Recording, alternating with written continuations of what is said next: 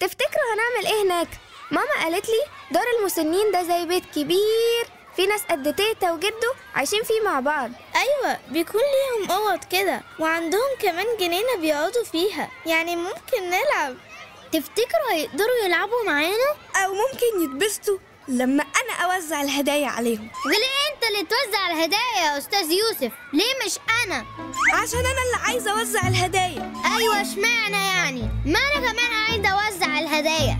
لا انا بقولك انا بس اهي ميس مريم جت اهي.